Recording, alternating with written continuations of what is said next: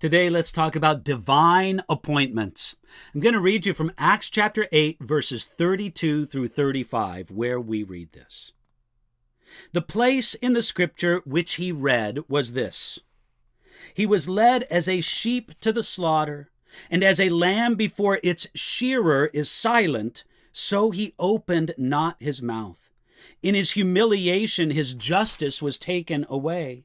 And who will declare his generation? For his life is taken from the earth.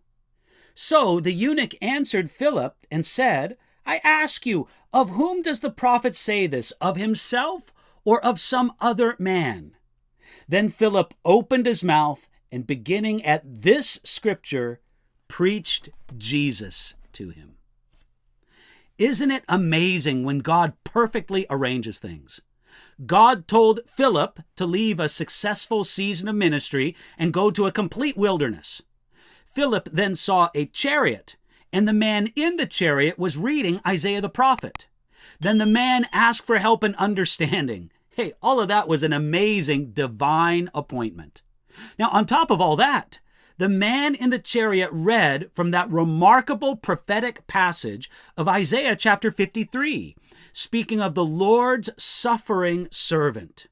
That man in the chariot read the words, He was led as a sheep to the slaughter. In God's wonderful planning, the Ethiopian was reading the amazing and specific prophecies in Isaiah 53 describing the sacrificial, sin-bearing work of the Messiah to come. Then the man in the chariot asked an important question.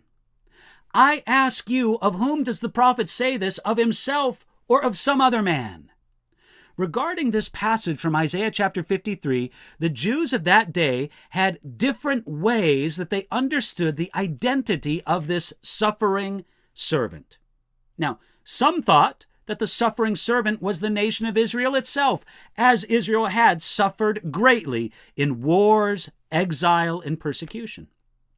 Secondly, some thought that the suffering servant was Isaiah writing about himself.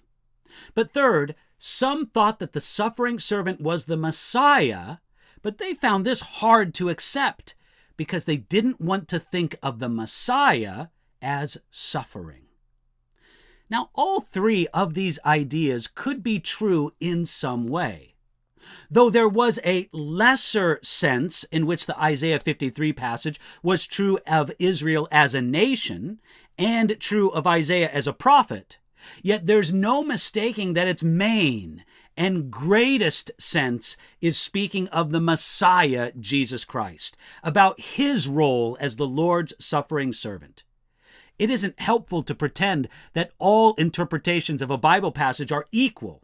And Philip, you can be sure, avoided this error when he spoke to the man in the chariot.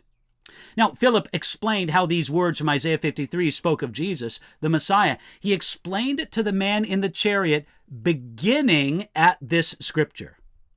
It was easy to talk about Jesus beginning at this scripture, and Philip did what he should. He preached Jesus to him. It was a divine appointment that arranged all of this in Acts chapter 8. By other divine appointments, God has brought Jesus Christ to you. This same Jesus suffered as a servant for you. So, by faith, receive and cherish today all that he has sacrificed to bring you into right relationship with God. As I said before, that's something that you can do and do today.